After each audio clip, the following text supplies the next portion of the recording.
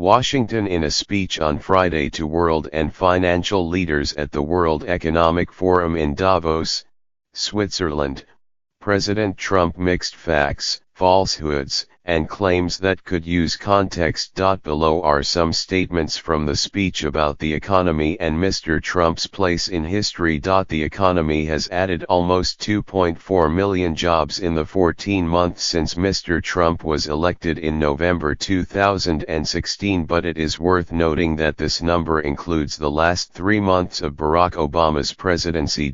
Also, as a point of comparison, the economy added 2.8 million jobs in the 14 months before Mr. Trump's election. During the first 11 full months of Mr. Trump's presidency, 1.8 million jobs were added.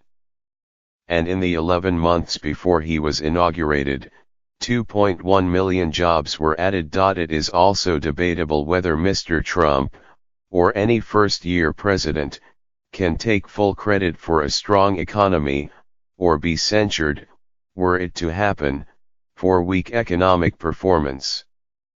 As my colleague Neil Irwin has explained, if you think the economy is driven by concrete, specific policies around taxes, spending, monetary policy, and regulation, the answer is no. If you think that what really matters is the mood in the executive suite, then just maybe. The $1.5 trillion tax cut enacted in December does not amount to the largest in history, nor is Mr. Trump the first president to pass tax cuts since President Ronald Reagan. President Bill Clinton signed the Taxpayer Relief Act of 1997. President George W. Bush enacted 2 major tax cuts in 2001 and 2003.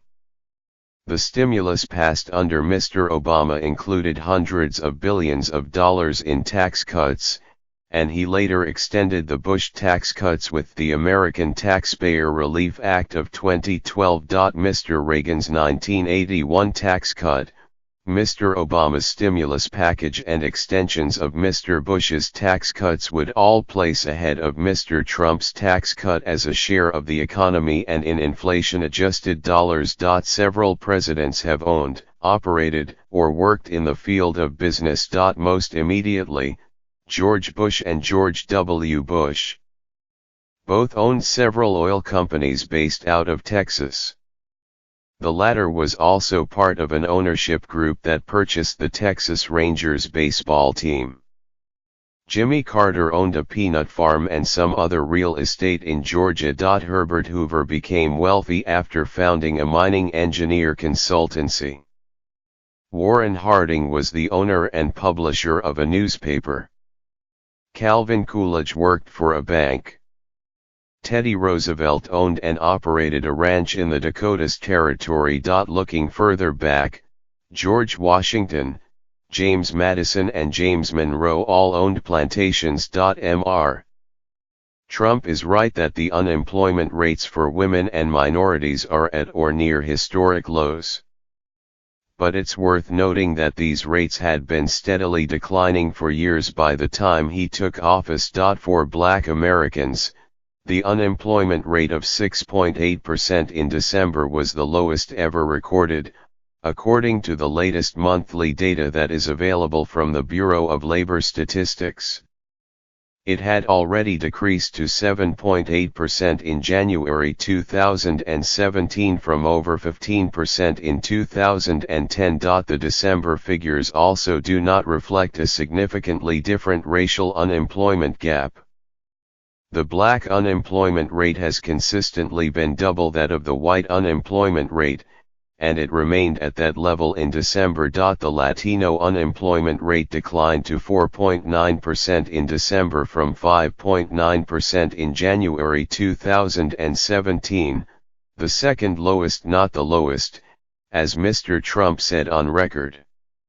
It reached 4.8% in June, October, and November 2017, as well as in October 2006 under George W. Bush. The 4% unemployment rate for women in December is among the lowest in 17 years, as Mr. Trump said. It was lower in October at 3.9%, down from 4.8% in January 2017. Mr. Trump is most likely referring to the rise in the Wilshire 5000 index, a widely used metric.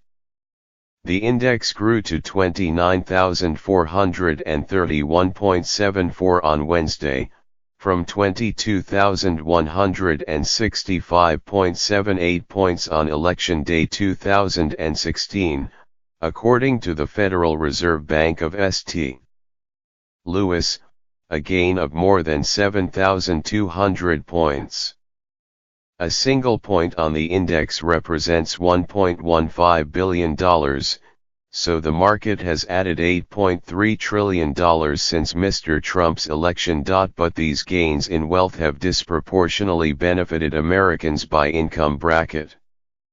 Roughly half of Americans do not own stock directly or in retirement accounts and mutual funds, and the richest 10% of households controlled 84% of the total value of stocks, a recent study by the nonpartisan National Bureau of Economic Research estimated.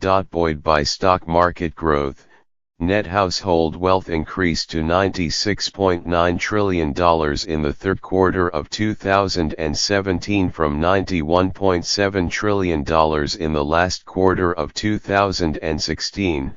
According to the latest data available from the Federal Reserve.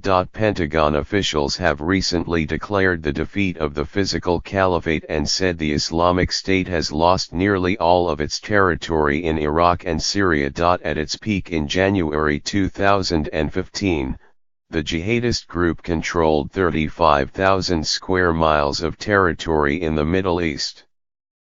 By the time Mr. Trump took office in January 2017, their holdings had shrunk to about 23,000 square miles. It further dwindled to 2,500 square miles in January 2018, according to IHS Markit, a research firm that has tracked territory held by the Islamic State. So while fighting has certainly escalated under Mr. Trump, the Islamic State had begun losing territory under Mr. Obama, and experts have cited this trend and the efforts of local troops when analyzing whom to credit for these gains. It's a fight for who's going to give the most, Mr. Trump said. It started at $1,000, and now we have them up to $3,000. More than 260 companies have announced employee bonuses, raises or investments since the tax bill was passed in December, according to an anecdotal list compiled by Americans for Tax Reform, a group that advocates lower taxes.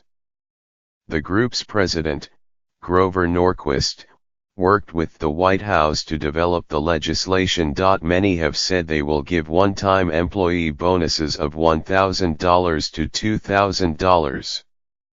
According to the list, only one, a private insurance company, announced $3,000 bonuses for 700 employees in a news release on December 21, the day before Mr. Trump signed the tax bill. It's worth noting that most of these businesses are financial institutions and, as my colleague Jim Tankersley has reported, the payouts to workers reflect a small slice of the windfall that banks large and small are in line to receive.